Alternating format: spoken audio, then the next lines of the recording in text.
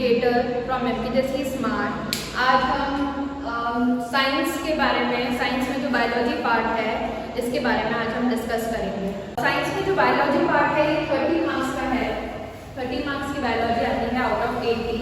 और biology part में 5 chapters हैं आपके साइंस में, चैप्टर नंबर 6, 7, 8, 9 एंड 15। एक एक चैप्टर को हम डिटेल में देखते हैं, किन बातों का ध्यान रखना है वो भी देख लेते हैं। तो सबसे पहला चैप्टर है आपका chapter number 5, life process. Life process में आपको लाइफ प्रोसेस चैप्टर है, ये 4 पार्ट्स में डिवाइडेड है: nutrition, respiration, transportation and excretion. सबसे पहले अगर हम न्यूट्रिशन की बात करें तो न्यूट्रिशन में आपको प्लांट का न्यूट्रिशन भी बता रखा है, एनिमल्स का न्यूट्रिशन भी बता रखा है। न्यूट्रिशन पार्ट आपका 2 पार्ट में डिवाइडेड है, autotrophic nutrition and heterotrophic nutrition. Autotrophic nutrition में आपको पूरा प्लांट्स के बारे में बता रखा है, हीटरोट्रॉफिक न्यूट्रिशन में आपको एनिमल्स के बारे में बता रखा है। हीटरोट्रॉफिक न्यूट्रिशन में भी आपको डाइजेशन पार्ट पे बहुत ज़्यादा ध्यान देना है, कौन सा ऑर्गन कौन से एंजाइम्स सिक्रीट करता है और उससे किस तरह से डाइजेशन होता है, ये सारी चीज़ें आपको ध्यान में देनी है न्यूट्रिशन पार्ट में। सेकेंड पार्ट है आपका रेस्पिरेशन। रेस्पिरेशन अगेन प्लांट्स और एनिमल्स दोनों में ही डिवाइडेड है।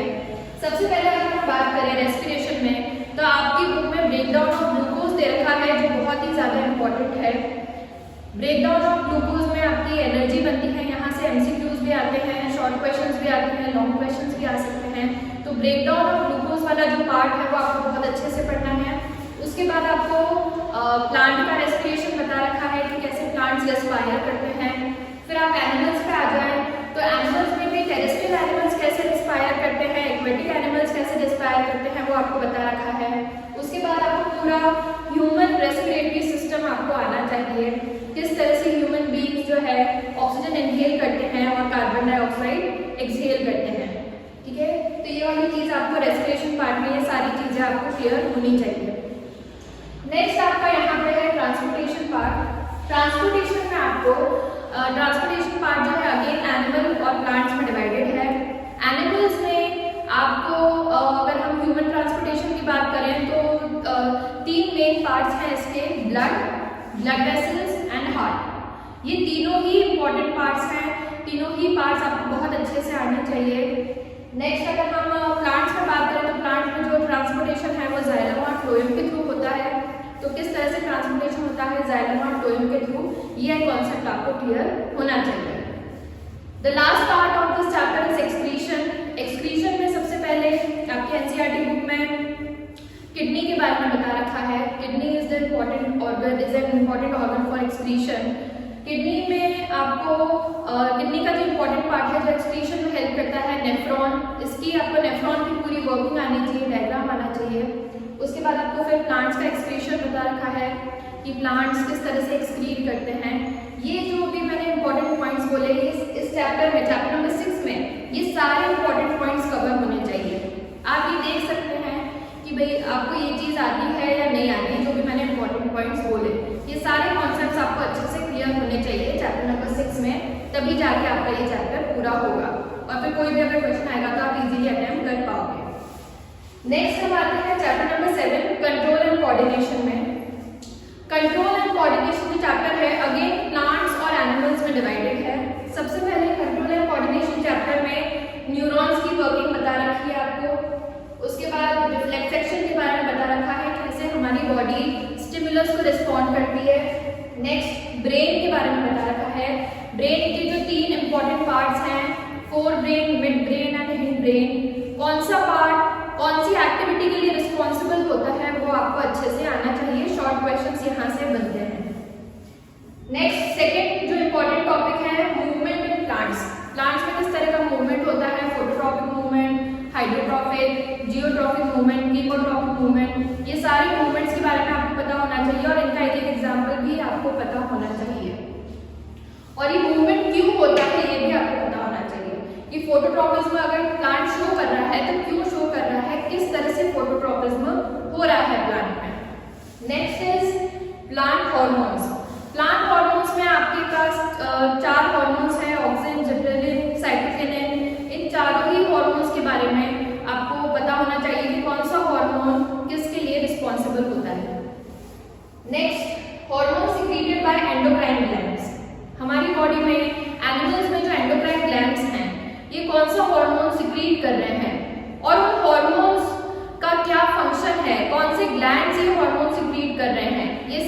चीज़ें आपको आनी चाहिए।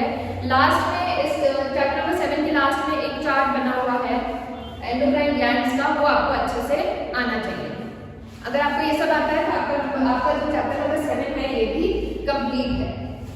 Next chapter number 8, how to organisms reproduce.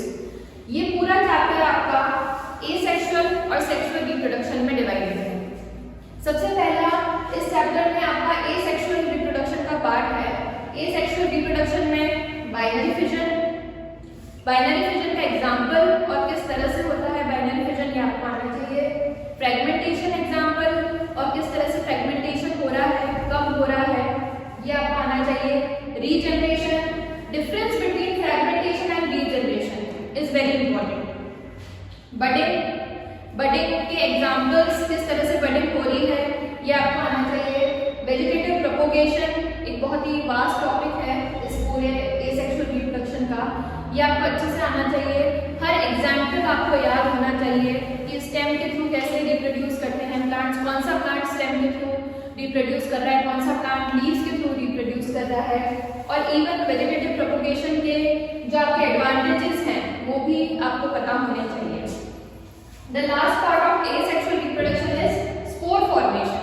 Spore formation किस तरह से हो रहा है, इसका एग्जांपल राइजोपस है। स्पोर फॉर्मेशन के क्या एडवांटेजेस हैं ये आपको पता होने चाहिए। वेजिटेटिव प्रोपोगेशन और स्पोर फॉर्मेशन दोनों के ही एडवांटेजेस आपको पता होने चाहिए। नेक्स्ट ये सारी चीजें हो जाएंगी तो आपका एसेक्सुअल रिप्रोडक्शन कंप्लीट हो जाएगा। Moving to sexual reproduction. Sexual reproduction में सबसे पहले changes in males and females during puberty. Puberty के टाइम पे क्या क्या चेंजेस होते हैं मेल्स और फीमेल्स में, ये आपको पता होना चाहिए। फिर मेल रिप्रोडक्टिव सिस्टम बहुत ही डिटेल में, हर एक ऑर्गन का क्या फंक्शन होता है ये आपको ध्यान रखना है। फीमेल रिप्रोडक्टिव सिस्टम में भी सेम, किस ऑर्गन का क्या फंक्शन है। आगे आपको मेंस्ट्रुएशन साइकिल दे रखी है, वो भी आपको अच्छे से आनी चाहिए। एग फर्टिलाइज होगा तो क्या होगा, एग फर्टिलाइज अगर नहीं होगा तो उसके क्या कॉन्सिक्वेंसेस होंगे, ये सब आपको टैली करना है कि आपको आता है या नहीं। Next STD, sexually transmitted diseases के बारे में पता होना चाहिए। कौन सी वायरल डिजीज है सेक्सुअली ट्रांसमिटेड, कौन सी बैक्टीरियल डिजीज है, इस पे डिटेल में क्वेश्चन आते हैं। And the last topic contraceptive methods. There are 4 contraceptive methods. इनपे बहुत ही ज्यादा बार देखा गया है, क्वेश्चन आया है, तो ये टॉपिक आपको अच्छे से इसमें आना चाहिए। Next is chapter number 9, heredity. Heredity में अगर हम देखें तो हेरिडिटी में सिर्फ एक ही पार्ट आ रहा है हेरिडिटी का। इवोल्यूशन पार्ट जो है वो डिडक्ट हो चुका है आपके सिलेबस से। ओके, सो हेरिडिटी पार्ट बहुत ही छोटा है। मेंडल एक्सपेरिमेंट है इसमें, monohybrid cross and dihybrid cross बता रखा है। मोनोहाइब्रिड क्रॉस जो है टॉल और शॉर्ट पी प्लांट को क्रॉस करके बता रखा है। F2 जनरेशन में क्या फिनोटाइपिक रेशियो रहता है, क्या जीनोटाइपिक रेशियो रहता है, ये आपको पता होना चाहिए मोनोहाइब्रिड क्रॉस का। डाइहाइब्रिड क्रॉस में आपकी जो एनसीईआरटी में जो एग्जांपल है उसमें राउंड एंड येलो सीड्स और रिंकल एंड ग्रीन सीड्स से आपको पूरा डाइहाइब्रिड क्रॉस बता रखा है। इसमें भी क्या फिनोटाइपिक रेशियो है, क्या जीनोटाइपिक रेशियो है F2 जनरेशन का, ये आपको पता होना चाहिए। इस पे डायरेक्ट क्वेश्चन आ जाते हैं। Next, determining the sex of a baby. एक बेबी का सेक्स कैसे डिटरमाइन कर सकते हैं। मेल के पास XY क्रोमोसोम्स होते हैं, सेक्स डिटरमिनेशन के लिए जो सेक्स क्रोमोसोम्स होते हैं मेल के पास वो XY होते हैं, फीमेल के पास XX होते हैं। ये किस तरह से क्रॉस करते हैं, कितने % चांसेस होते हैं गर्ल्स होने के, बॉय होने के, ये आपको पता होना चाहिए। अच्छा, कुछ ऐसे रेप्टाइल्स होते हैं जो टेम्परेचर के अकॉर्डिंग अपना सेक्स चेंज करते हैं, तो ये जो भी छोटी छोटी चीजें हैं ये आपको पता होनी चाहिए चैप्टर नंबर 9 में। लास्ट चैप्टर है चैप्टर नंबर 15, आर एनवायरनमेंट। बहुत ही इजी चैप्टर है ये, बहुत ही स्कोरिंग चैप्टर है। अगर यहाँ से कोई क्वेश्चन आता है आपके पास तो आप इसको इजीली अटेम्प्ट कर सकते हैं। इस चैप्टर में ट्रॉपिक लेवल्स के बारे में आपको पता होना चाहिए कि कितने ट्रॉपिक लेवल होते हैं, फर्स्ट ट्रॉपिक लेवल को क्या बोलते हैं, सेकंड को क्या बोलते हैं, कितनी % आपकी एनर्जी ट्रांसफर होती है ईच ट्रॉपिक लेवल में। नेक्स्ट, ओजोन के बारे में आपको पता होना चाहिए कि ओजोन किस तरह से बनती है, क्यों डिप्लीट हो रही है, इसके क्या क्या कॉन्सिक्वेंसेस हो सकते हैं। थर्ड, बायोडिग्रेडेबल और नॉन बायोडिग्रेडेबल सब्सटेंसेस के बारे में इस चैप्टर में बता रखा है। किस तरह से बायोडिग्रेडेबल और नॉन बायोडिग्रेडेबल दोनों ही सब्सटेंसेस एनवायरनमेंट को खराब कर रहे हैं और किस तरह से हमें इसको एनवायरनमेंट को सेव करने के लिए दोनों सब्सटेंसेस को किस तरह से हमें उसको वेस्ट जो है आपका उसको डालना चाहिए। तो ये सब आपको देखना पड़ेगा। ये वाला चैप्टर नंबर 15 बहुत ही स्कोरिंग है। एक अगर आप चैप्टर की रीडिंग भी करेंगे तो भी आपको बहुत कुछ आ जाएगा। ओके, पूरी बायोलॉजी में डायग्राम्स बहुत इंपॉर्टेंट है। डायग्राम की लेबलिंग बहुत इंपॉर्टेंट है।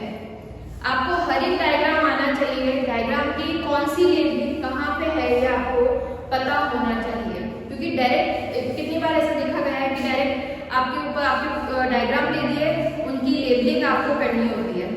ठीक है, तो डायग्राम्स बहुत ही ज़्यादा इंपॉर्टेंट है बायोलॉजी में। जितने भी डायग्राम्स हैं बहुत अच्छे से आपको देखने होंगे। चैप्टर नंबर 6 में एक दो एक्टिविटीज़ भी है जो आपको ध्यान में रखनी है, उसमें भी क्वेश्चन देखा गया है। तो कुल मिला के जो बायोलॉजी पार्ट है 30 मार्क्स का है।